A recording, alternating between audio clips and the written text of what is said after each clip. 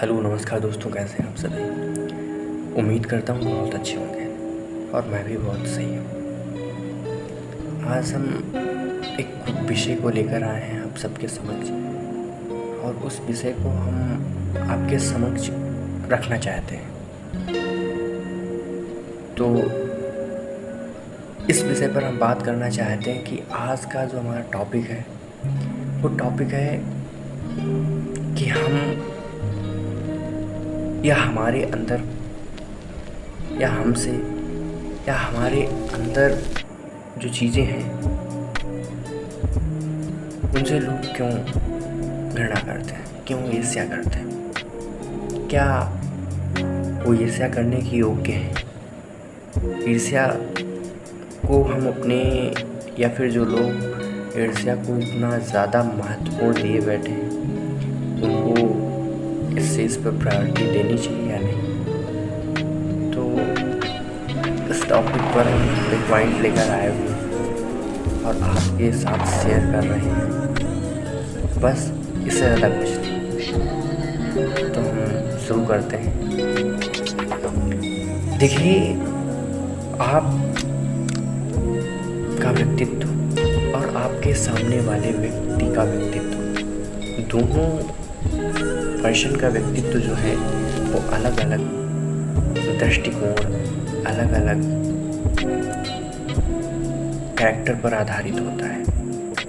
आप अपने यदि जीवन में थोड़ा बहुत भी सफल हैं या फिर सफल हो रहे हैं तो ये तो लाजमी है कि दूसरे लोग जो आपको देख रहे हैं, जिस तरीके से आप अपने जीवन में संघर्ष कर रहे हैं ताकि आप एक बेहतर सफल व्यक्ति बन सकें, परंतु कभी कभी ऐसा होता है कि हम मेहनत तो बहुत ज़्यादा करते हैं लेकिन उस मेहनत के अकॉर्डिंग मुझे सफलता नहीं मिलती। तो इन सब चीज़ों को देखते हुए मुझे क्या करना चाहिए, क्या नहीं करना चाहिए, इसी टॉपिक पर हम आपसे बात करेंगे। देखिए, लोग और लोगों का टांग खींचना और लोगों का ईर्ष्या करना आपसे।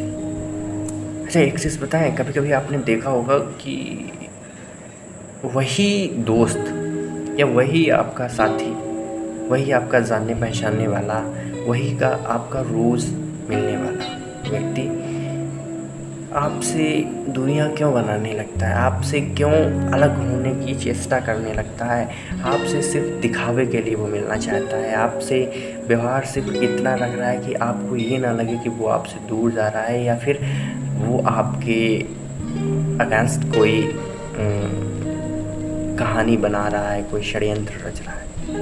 ऐसा क्यों, आपने कभी सोचा है? और हो सकता है कि अगर आप इस स्टेज पर हैं, आप किसी पथ, अपने गोल, अपने लक्ष्य की वो निरंतर अग्रसर बढ़ रहे हैं, कदम बढ़ाए जा इस पद्धति पर हैं, तो ऐसा आपने अक्सर देखा होगा। ये चीज़ मैंने भी अनुभव करी है और काफ़ी अच्छे से अनुभव करी है, और मैंने इस बात को लेकर बाहर से भी कई सारी चीज़ों को एब्जॉर्व किया है कि हाँ, ऐसा क्यों होता है और क्यों करते हैं। देखिए, जब आप अपने लक्ष्य के पथ पर निरंतर कार्य कर रहे होंगे और आपको सफलता मिल रही होगी, तो अक्सर ऐसा होता है कि जो आपको सफलता मिल रही है उस सफलता को देखकर लोग और उनके अंदर का जो भाव होता है वो आपके प्रति ईर्ष्या पैदा कर देता है। अब इसके लिए हम क्या कहें, उनके अंदर प्राकृतिक नेचुरली होता है या फिर उनका कुछ ऐसा सोचने का नज़रिया होता है, क्या बताएं, उनके अंदर ऐसे कुछ गुण होते हैं या फिर उनके ऐसे न्यूरॉन्स ही होते हैं जो उनको इन सब चीज़ों के लिए प्रेरित करते हैं कि नहीं भाई, इसके लिए तुमको गलत नज़र से देखना ही पड़ेगा इसको, मतलब अगर ये कर रहा है तो नहीं, मुझे नहीं बर्दाश्त होगा, ये सारी चीज़ें। इस बीच मुझे एक चीज़ याद आ गई है, आप सब ने यूपी बोर्ड के क्लास 10th का जो चैप्टर, क्लास 10 की जो हिंदी लिटरेचर की बुक है उसमें आपने पढ़ा होगा, ईर्ष्या तू न गई मेरे मन से नाम का एक पार्ट है। और जिसके लेखक हैं श्री रामधारी सिंह दिनकर जी। ये चैप्टर जो होता था मेरा फेवरेट चैप्टर है। मैंने इसको कईयों बार पढ़ा है और इससे बहुत कुछ सीखा है कि आगे चल के लोग सोसाइटी में क्या क्या करते हैं, क्या नहीं करते, कैसे लोग जीते हैं और कैसे जीने देते हैं। इसका उसे बहुत अच्छा आपको सीख मिलेगा और आपको बहुत इम्पॉर्टेंट है आपके लिए कि उसको पढ़ना चाहिए। अगर आप किसी अपने लक्ष्य पर निरंतर कार्य कर रहे हैं और आपको ऐसा लग रहा है कि लोग मेरे बारे में गलत सोच रहे हैं, मुझे नीचे खींचने की कोशिश कर रहे हैं, मुझे नीचे गिराने की कोशिश कर रहे हैं, तो आपको पढ़ना चाहिए, चैप्टर पढ़ना चाहिए, उस पर काम करना चाहिए। आपको वहाँ से बहुत ज़्यादा पॉजिटिविटी मिलेगी और बहुत ज़्यादा मोटिवेशन मिलेगा। इस चीज़ को लेकर आप निरंतर कार्य करें, ये आपके लिए बेहतर होगा। यदि आप इस चीज़ को लेकर कार्य कर रहे हैं तो बहुत अच्छा फील होगा आपको। उसमें इन सब चीज़ों का एक अच्छे ढंग से बताया गया है कि लोग कैसे ऐसा करते हैं। उसमें एक वकील साहब होते हैं और उनके एक पड़ोसी जी होते हैं। तो पड़ोसी और वकील साहब के बीच जो एक तरीके से कंपटीशन चल रहा होता है कि प्रतियोगिता ही समझ लो, जो जीवन की प्रतियोगिता है, तो उसी प्रतियोगिता के ऊपर उसमें रामधारी सिंह दिनकर द्वारा एक बहुत अच्छी प्रस्तुति दी गई है जिसमें बताया गया है कि लोग आपके साथ रहकर, आपके समाज में रहकर और आपके पड़ोस, आपके बगल में रहकर आपसे कितनी घृणा करते हैं, कितनी ईर्ष्या करते हैं और किस तरीके से करते हैं। आपसे मिलते हैं, आपसे हंसते हैं, मुस्कुराते हैं, आपसे अभिवादन करते हैं जब आप मिलते हैं, सारी चीज़ें करते हैं। लेकिन जो अंदर का उनका सोचने का तरीका होता है, वही जो ईर्ष्या, घृणा, निंदा, कपट, जेलस, इन सब चीज़ का जो उनके अंदर एक डायग्राम जो बना के रखे होते हैं, ये चीज़ बहुत ज़्यादा खतरनाक होती है, बहुत ज़्यादा। तो आप इन सब चीज़ों से कभी भी बिल्कुल भी मत घबराइएगा कि हाँ, लोग मेरे बारे में क्या सोचते हैं, क्या नहीं सोचते, मुझे लोग गिराने की कोशिश करते हैं। बिल्कुल नहीं, बिल्कुल टेंशन लेने की ज़रूरत नहीं है। हालांकि आप इस बात को एक सकारात्मक दिशा में लें, क्योंकि आपको तब इस बात का अनुभूति होना चाहिए कि हाँ, अगर मैं कुछ बेहतर कर रहा हूँ ना, तभी तो लोग मेरे पीछे पड़े हैं। जब एक धावक दौड़ लगा रहा होता है, दौड़ रहा होता है, तभी कुत्ते भौंकते हैं कि यार ये तो बहुत तेज़ दौड़ता हुआ जा रहा है, कुछ करो ना। उनके माइंड में बहुत ज़्यादा एक्टिविटी होने लगती है कि यार कुछ कर तो सकते नहीं, वो सिर्फ भौंक सकते हैं। तो यहाँ पर उल्टा होता है। यहाँ पर अगर आप अपने लक्ष्य के प्रति हमेशा बढ़ते जा रहे हैं, एक अच्छा सकारात्मकता महसूस कर रहे हैं, तो यहाँ पर क्या होगा, यहाँ पर जो आपके सामने वाला व्यक्ति है वो आपको खुले तरीके से तो चैलेंज नहीं कर पाएगा, लेकिन मन ही मन समाज में आपके पीछे लोगों को आपके बिहेवियर, आपके कार्य, आपके उठने बैठने के तमाम तरीक़ों को इस तरीके से उजागर करेगा। आप जब सुनेंगे ना, तो आप एक दिल से तो हंसेंगे, लेकिन दूसरे दिल से सोचेंगे, यही कहेंगे, प्रभु ये सब चल क्या रहा है, ईश्वर ये सब क्या चल रहा है। तो इन सब बातों को लेकर आपको बिल्कुल ध्यान नहीं देना चाहिए कि आपका पड़ोसी, आपका जो कंपटीटर है, या फिर अन्य लोग आपके बारे में, आपके सोसाइटी के लोग आपके बारे में क्या सोच रहे हैं। इन सब चीज़ों के बारे में आपको बिल्कुल भी ध्यान नहीं देना, ज़रा सा भी ध्यान नहीं देना। ये दुनिया है, यहाँ लोग तुम्हारा खाना, तुम्हारी थाली का खाना छीन कर खुद खाना चाहते हैं। वो स्वयं क्यों ना एकदम मस्त हों खा पी के, उनको किसी भी आहार की ज़रूरत ना हो, परंतु व्यवहारिक रूप से उनके अंदर एक क्रिया होती है कि नहीं, उनको चैन नहीं पड़ेगा जब तक वो ये कर्म नहीं करे।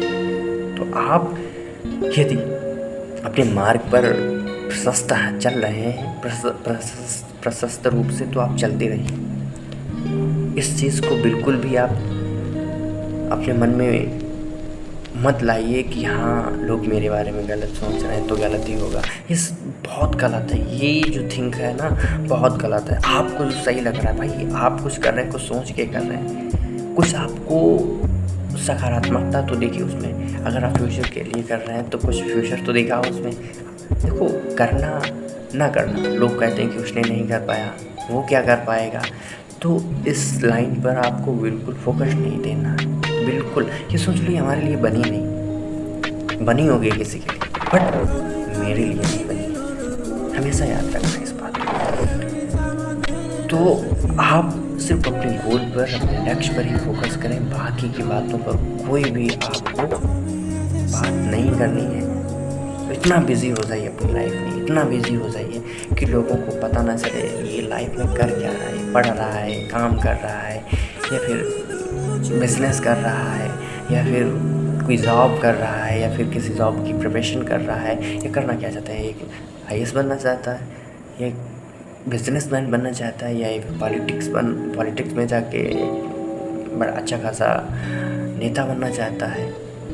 तो ये किसी को भी ना खबर लगने दो कि मैं कर क्या रहा हूँ, मैं करना क्या चाहता हूँ। भाई जब आप आएंगे ना स्टेज पे कभी, चाहे आप बिजनेसमैन बन के आए, चाहे आप नेता बन के आए, एक लीडर बन के आए, और चाहे आप एक अच्छी जॉब, गवर्नमेंट जॉब लेके आए, जिस दिन आप कहेंगे ना कि आज मेरा सपना पूरा हो गया, उस दिन लोग अलग ही नज़रिए से देखेंगे आपको। ये दिखाने या बताने की ज़रूरत नहीं है कि मैं क्या कर रहा हूँ यार, मैं अपनी लाइफ जी रहा हूँ, मुझे जो करना है मैं वो कर रहा हूँ। मैंने जो एम देखा है, मैंने जो ड्रीम देखा है, मैंने जो गोल तय किया है, मैं उस पर काम कर रहा हूँ। मुझे पता है मुझे कब तक अचीव करना है और मुझे कब तक कर लेना है। मैं इस तरीके से उस पर कंटिन्यू काम कर रहा हूँ ना। ये मेरा पर्सपेक्टिव है कि मैं कैसे कर रहा हूँ, मुझे क्या करना चाहिए, क्या नहीं करना चाहिए, है ना। इन सब चीज़ों को देखकर मैं इस पर एक बेहतर टाइम, एक बेहतर वर्क कर रहा हूँ। तो इन सब चीज़ों को ध्यान में रखकर आप अपने लक्ष्य के प्रति हमेशा निरंतर चलते रहें। और बाकी के फालतू लोग, हम तो यही कहेंगे कि बाकी के फालतू लोग होते हैं, इनकी बातों में आप कभी भी मत आएँ। और ये पता नहीं क्या क्या कह डालें, क्या क्या सुना डालें लोगों को, और समाज में आपकी बुराई, आपके पड़ोसी से, आपके घर से, मतलब कुछ कह नहीं सकते हैं, क्योंकि उनको पछता नहीं है ना। जब तक वो ऐसा करेंगे नहीं तो उनको कोई ना कोई एक टॉपिक चाहिए हर रोज़ कि किस टॉपिक पर हम आज बात करें। तो भाई इतने टॉपिक कहाँ से लाएंगे वो?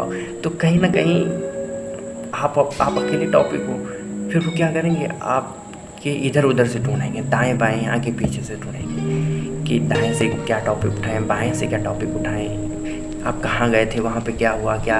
अरे उनको अगर ज़रा सी भनक लग जाए कि आपका ये हो गया है थोड़ा, तो अरे भाई ये मतलब फिर देखो उनको जिस तरीके से कढ़ाई में गुलगुला फूल जाता है ना उसी तरीके से वो फूलते हैं, अरे ये देखो क्या हो गया। तो इन सब चीज़ों को लेकर आपको बिल्कुल भी ध्यान नहीं देना है। आप अपनी लाइफ में अपने एम के प्रति, अपने लक्ष्य के प्रति कंटिन्यू वर्क करते रहिए, बस आप सक्सेस होंगे, हमारी यही कामना है। जय हिंद।